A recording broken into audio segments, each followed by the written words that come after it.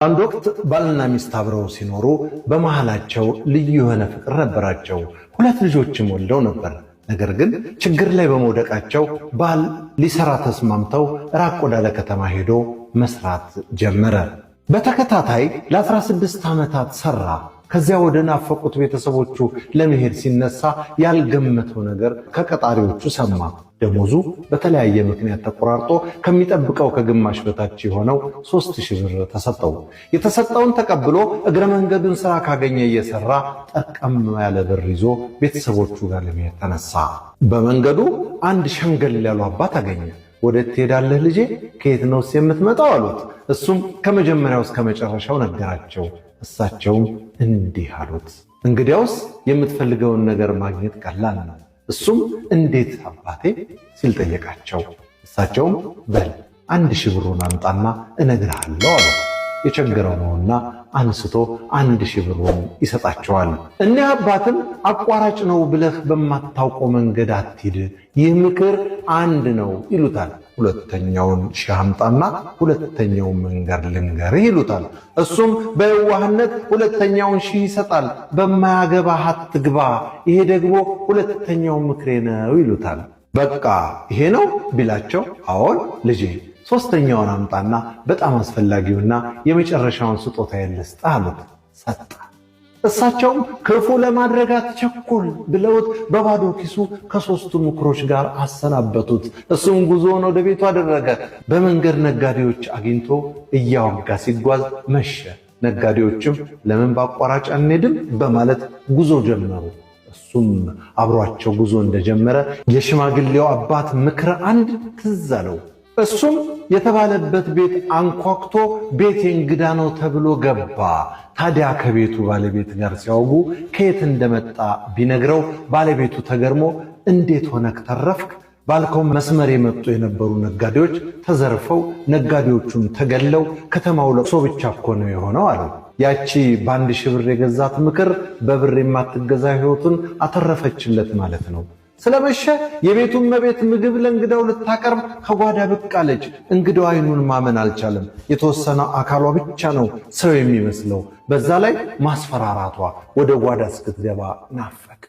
ከዚች ጋር እንዴት ትኖራለህ ብሎ ሊጠይቅ ሲል አንድ ነገር ትዝ አለው። በማያገባህ አትግባ የሚለው። ሆዱ መጠየቅ እየፈለገ ፍላጎቱን ተቋቁሞ አደረ። ደግሞ ሌላ ፈተና።